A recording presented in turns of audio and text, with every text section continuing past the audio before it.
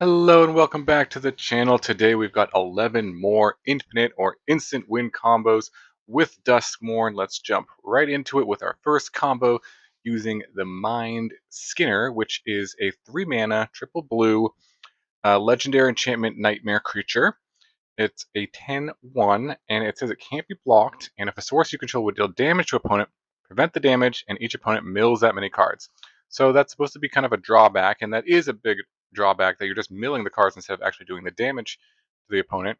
But having 10 power is exactly half the life total of uh, starting opponent. So this in combination with cards that can make it so damage can't be prevented lets it so the Mind Skinner does actual damage. Now, there are some, or there's one card in Standard that does that, but in older formats, this one is legal in Pioneer. The card Insult to Injury, and most importantly, the insult part.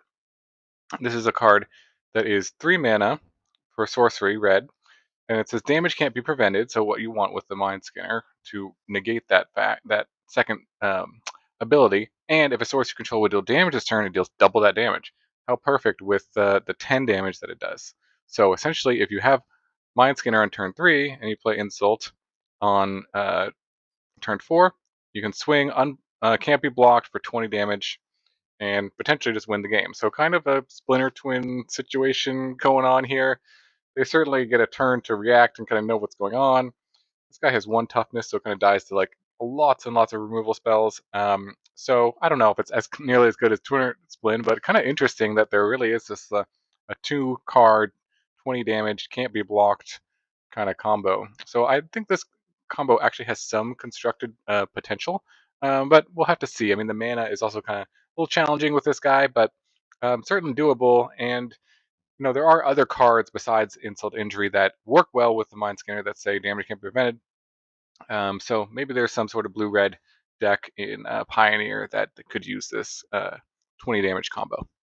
All right, let's go to the next one, which is Grievous Wound, using this new enchantment, 5 mana, a black enchantment aura says enchant player. Enchanted player can't gain life, and whenever enchanted player is dealt damage, they lose half their life rounded up. So we talked about in the first video, part 1, there was a Bloodletter of Alcazar's combo with Unstoppable. It's a guy named Unstoppable Slasher, I think. So this could kind of go in the same deck as that. There's a lot of different Bloodletter of Alcazar's. There's also a a Spree card that works well with this that makes them lose half their life. So any effect that makes the opponent lose half their life is going to be an instant kill with Bloodletter.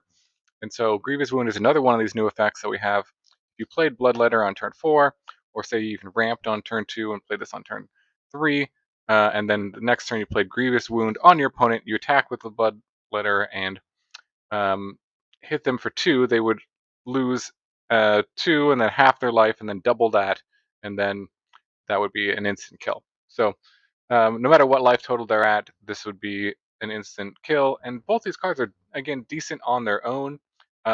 So you could kind of just put this into sort of maybe a black aggressive deck or black red deck that has other pinging effects.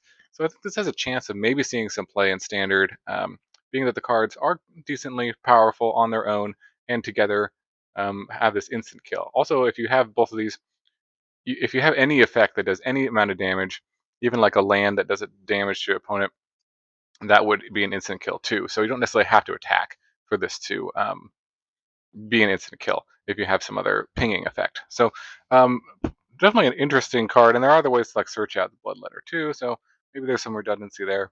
So yeah, something I probably will try out on this channel as well. All right. Next up, we've got Head Shredder, which is such a cool, interesting new card.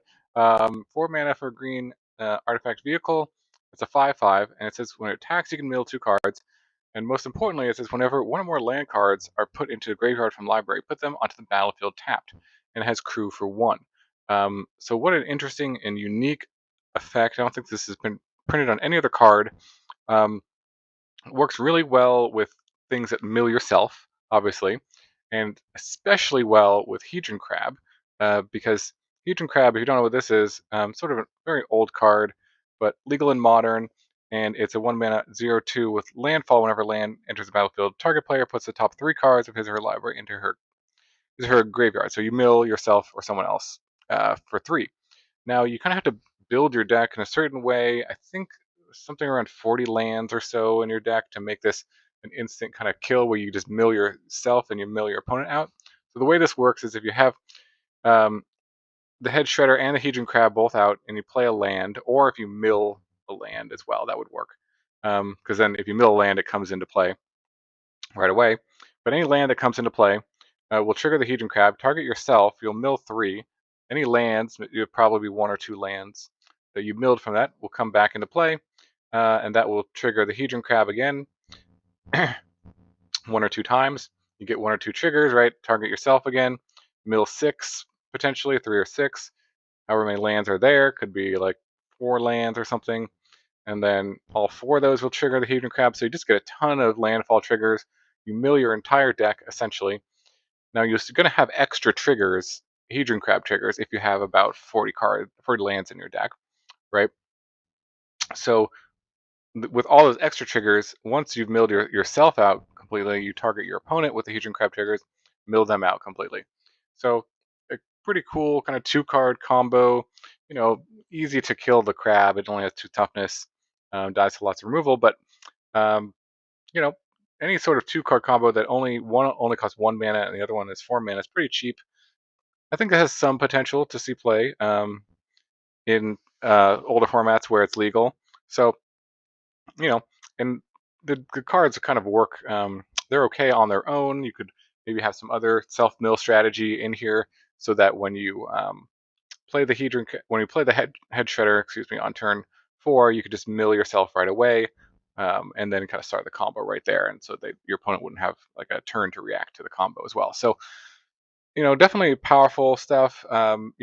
Mill depends on how good a mill strategy is.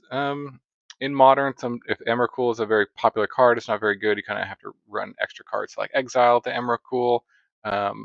So maybe that makes it not so good. There's also a potential with sort of Valakut strategies in modern. If you just are running a bunch of mountains with Valakut and you just mill yourself, it just puts all your lands basically into play. And then you can just do damage to your opponent that way. So that could be another way to build the deck. You kind of have to have a red splash in that regard, so it kind of makes the mana a little worse. But maybe that's another way to kind of get this combo off as well. But some potential, I think, in constructed. Okay, let's go to the Meat Hook Massacre, which is a 4 black symbols and double X casting cost. Quite the casting cost. Legendary enchantment. This is when it enters, each player sacrifices X creatures. And most importantly, whenever a creature you control dies, you can pay 3 life, and if you do, return the card under your control with a finality counter on it. And whenever a creature an opponent controls dies, they can pay 3 life if they don't return that card under your control with a finality counter on it. So an interesting card, for sure, quite expensive, but it does combo. You can go infinite combo with it with Solemnity, which is a 3-mana enchantment that says players can't get counters, and counters can't be put on artifacts, creatures, enchantments, or lands. So basically that negates the finality counter that's put on your own creatures that die. So the creature will come back without the finality counter on it and just be the regular creature. Now, to negate the 3 life that you have to pay, any creature that comes into play that gains 3 or more life would work with this. And then all you need is a sacrifice outlet to go infinite here. So Obstinate Bailiff, for example, gains 4 life, so you're actually netting a life every time he's coming back into play. And then Goblin Bombardment, you could just sacrifice it infinite times to target your opponent. So if you have all these out, basically we'll gain infinite life and do infinite damage here. There's other cards like Siege Rhino would work pretty well. And then you could have any other kind of sacrifice outlet. But yeah, you could kind of substitute the Baloth and the Bombardment for different sacrifice outlets that don't cost mana, or different creatures that come into play that gain at least 3 life to kind of go infinite. So there's some redundancy to the combo, but kind of interesting. Probably too expensive to really see constructed play, in my opinion. Too many pieces, but an interesting thing to think about, perhaps in a fun casual deck. All right, let's move on to Marvin, the Murderous Mimic, which is a pretty cool new 2-mana legendary enchantment or artifact creature toy. It's a 2/2. has all activated abilities of creatures you control that don't have the same name as this creature. So it basically acquires all the activated abilities of every creature that you have in play. So there's a lot of combos with this card, obviously, built to basically combo off with different things. I was thinking of what would be different pieces. There are some combos in standard or even pioneer that could use this to kind of go infinite or just do a bunch of damage, the tree of perdition, things like that. I talked about a bit about that in my set review when I covered Marvin. But in terms of like if you wanted to play this as your commander or in older formats, if you didn't want to have other colors in your deck, maybe you could do this combo, which is the Pilipala and the Palladium Mirror combo, which Pilipala is a 2-mana 1/1 flying artifact scarecrow, and has an untap ability, which is very unique. They haven't really printed many untap abilities. But this one has 2 mana to untap it, and then you add mana of any color. Palladium Mirror is a 3-mana 3/3, and you can tap it to add 2. So you can kind of see how this works. If you have all 3 of these out, you can.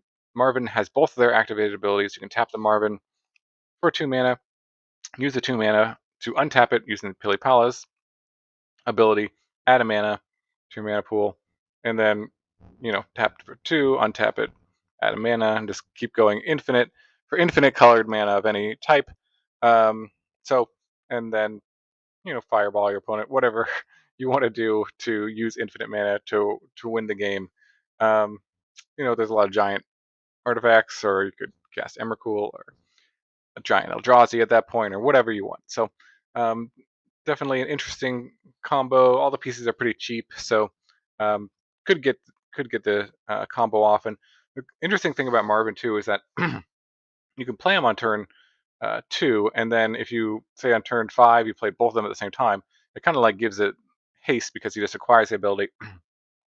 Marvin himself doesn't have summoning sickness, so then you can kind of just go off the turn that you play the creatures, which is pretty cool too. So yeah, definitely interesting Marvin combos. Let me know if there's any other cool Marvin combos you can think of in the comments below, but that's kind of the one that I thought of that was uses all colorless cards.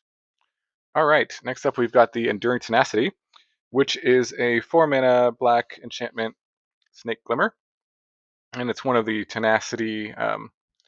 They have a whole cycle of these, but they are enchantments, and they have an ability, enchantment creatures.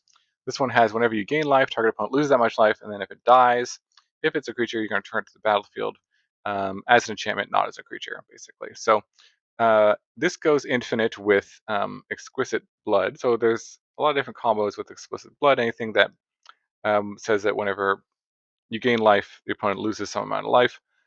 These two go infinite. If you don't know what Exquisite Blood does, it's a 5-mana enchantment.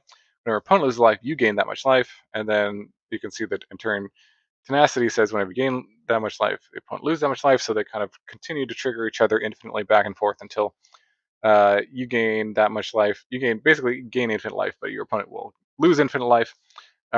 So they will lose the game before you gain infinite life. So, but if you have these two, they kind of curve nicely into each other, a 4-drop into a 5-drop, and then you need some way to either make your opponent lose life, like by attacking, or just gain any amount of life yourself, and then that triggers these two to go infinite. So I like this card in this kind of strategy, and maybe this is sort of more of a fringe strategy in older formats that where Exquisite Blood is legal. But I like Enduring Tenacity because you can kind of use it as like a creature, and then if you just like block or it dies, it'll come back as the enchantment. The other kind of effects of these are just sort of creatures that will die to removal pretty easily, and then you don't get the effect anymore. So a normal removal spell doesn't really break up this combo, which is kind of nice as well. It is a little bit expensive, and maybe it's just more for a casual deck, but an interesting infinite combo nonetheless. Okay, let's move on to Infinite Spirit tokens with this new card, well, 2 new cards actually. The Secret Arcade, which is, this one is only legal in Commander and Legacy. The Secret Arcade is a new room enchantment card, so you can cast it, and it says non-land permanents you control and permanent spells you control are enchantments in addition to their other types.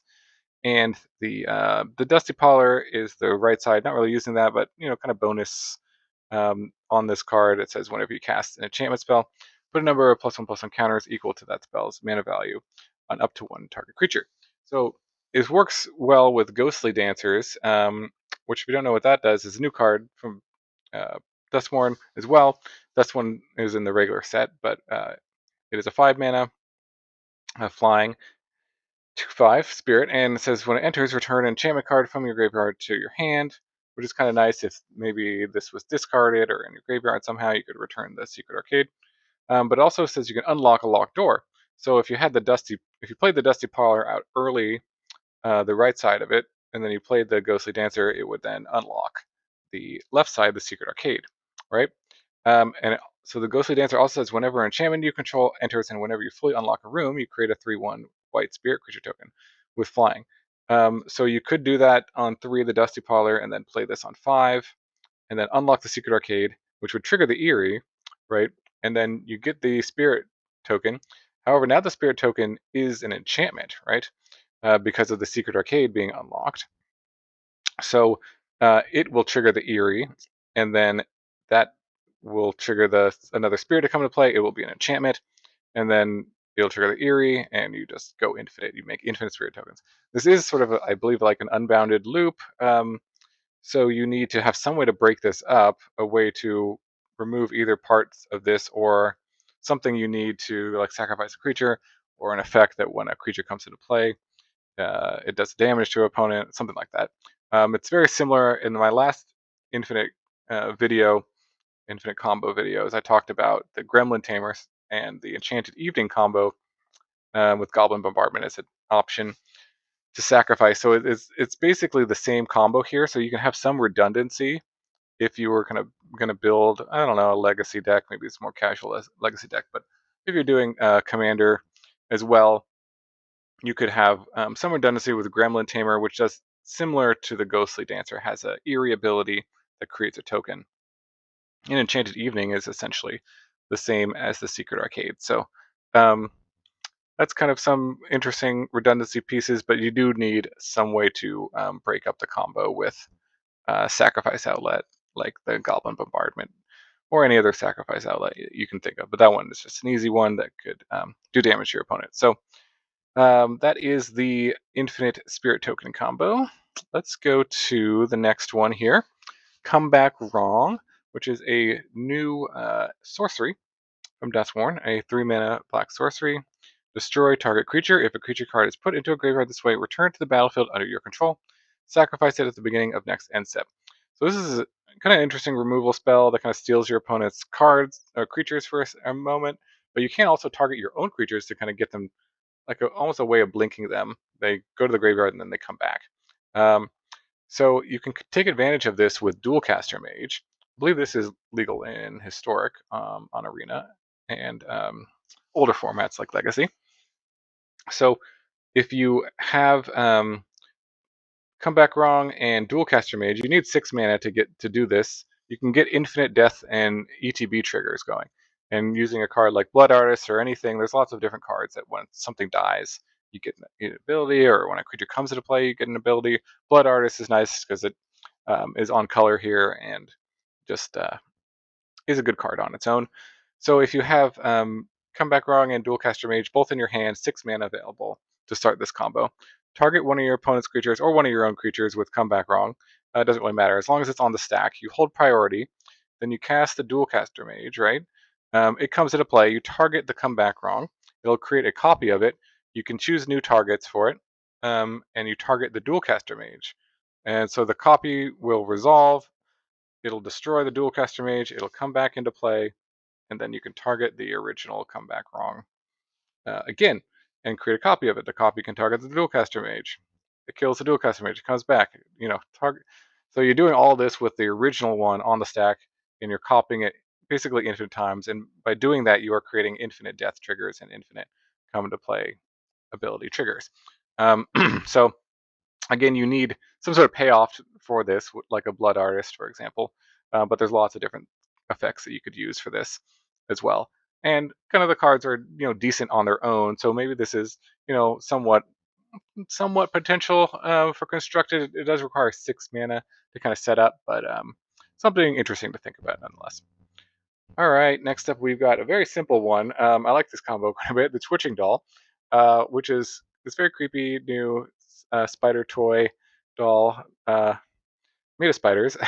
So trying to think about that before you go to bed. But it's a 2 mana green artifact creature, 2/2, and you can tap it to add 1 mana of any color to put a nest counter on it, and you can sacrifice it, tap to sacrifice it also to create create a 2/2 green spider creature token with reach for each counter on it, and activate only as a sorcery.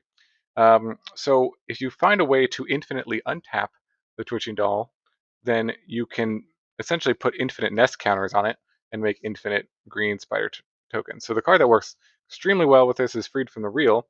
I think this is modern legal. Correct me if I'm wrong. Legacy legal. Um, and Freed from the Real is 3 mana aura enchantment, and it says 1 blue to untap the creature, 1 blue to also tap it. So what you can do is play this Twitching Doll on turn 2, Freed from the Real on turn 3 on it, tap it to put a counter on it and add a blue, and then untap it. Tap it to put a counter on it, add a blue, untap it. So you're basically adding infinite counters to the Twitching Doll, and then once you have, I don't know, 1,000 counters on it, then you sacrifice it to make 1,000 green spider tokens, and hopefully that wins you the game. Not necessarily, if you have some way to like give all your creatures haste, that could be an instant win, but that is a way to make infinite spider tokens on turn 3. So pretty cool. And 2 more combos here. These ones use Opalescence, and I'm not 100% sure because Opalescence is a very odd card and has some weird rules associated with it. But I believe that this works. You can yell at me in the comments below if this is wrong. And the next one is maybe also using Opalescence, but this one uses any of the enduring creatures. Now again, I mentioned the enduring creatures they are creatures when you first play them. So example, this enduring innocence is a 3 mana enchantment, Sheep Glimmer with lifelink. As an ability, it says whenever one or more of the creatures you control, power 2 or less, enter, draw a card. But we're not really using that. It's for the last ability that when it dies, if it's a creature, you return it back to the battlefield as an enchantment. Now, Opalescence says, which is a 4 mana enchantment, each other global enchantment is a creature with power and toughness, each equal to its converted mana cost is still enchantment. So I believe Opalescence makes the Enduring Innocence back into a creature, and then it says if it dies, if it was a creature, then you return it back to the battlefield. So I believe this lets you infinitely sacrifice these enduring creatures over and over and over again. With, for example, again, like Goblin Bombardment, anything that with a cost, a free sacrifice outlet is what I meant to say. A free sacrifice outlet will go infinite with these cards. So you could even go turn 2 Bombardment, turn 3 Innocence, turn 4 Opalescence, and then sacrifice the Enduring Innocence infinite times. I believe. This is very weird rules stuff here, but please tell me if I'm wrong. So, and then do infinite damage, basically. And that would work with any of the enduring creatures, I believe. So you could kind of have some redundancy in your deck if you wanted to do that. You know, it is a little expensive, especially Opalescence is only legal in Legacy, I believe, or older formats, Vintage. So you know, probably not worth it there. But if you wanted to make a fun deck, maybe Commander, this could work as well. So let's go on to the last one, which again, I'm not 100% that this actually works either. So this one, please tell me if I'm wrong. But Opalescence again makes any enchantment into a creature. And then the left side of Mirror Room Fractured Realm, Mirror Room says whenever you unlock the door, you create a token that's a copy of target creature you control, except it's a reflection in addition to its other creature types.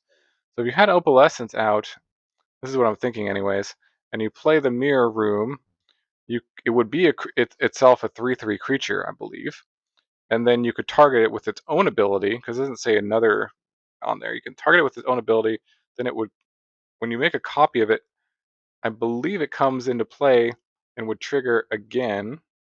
that room being opened, but I'm not 100% sure. So I think this makes infinite. It would go infinite because you keep targeting itself over and over again. But this one is more of a bonus one, and I'm not 100% sure this one works. Please let me know in the comments. It's kind of interesting. You could just kind of go off with 2 cards, making infinite tokens this way. So um, those are the 11 new combos with Duskmourn. Let me know what you think of them. Any other combos you can think of that you're excited to build? What decks are you looking forward to playing? I'm going to have a bunch of new standard decks with cool combos, some of them of what I've been featuring on the channel here, maybe some historic, but mostly a focus on standard combos coming up in the next couple weeks when Duskmourn releases on Magic Arena. So stick to the channel for that, and hope you have a wonderful day. Thanks so much for watching, and I will see you in the next video.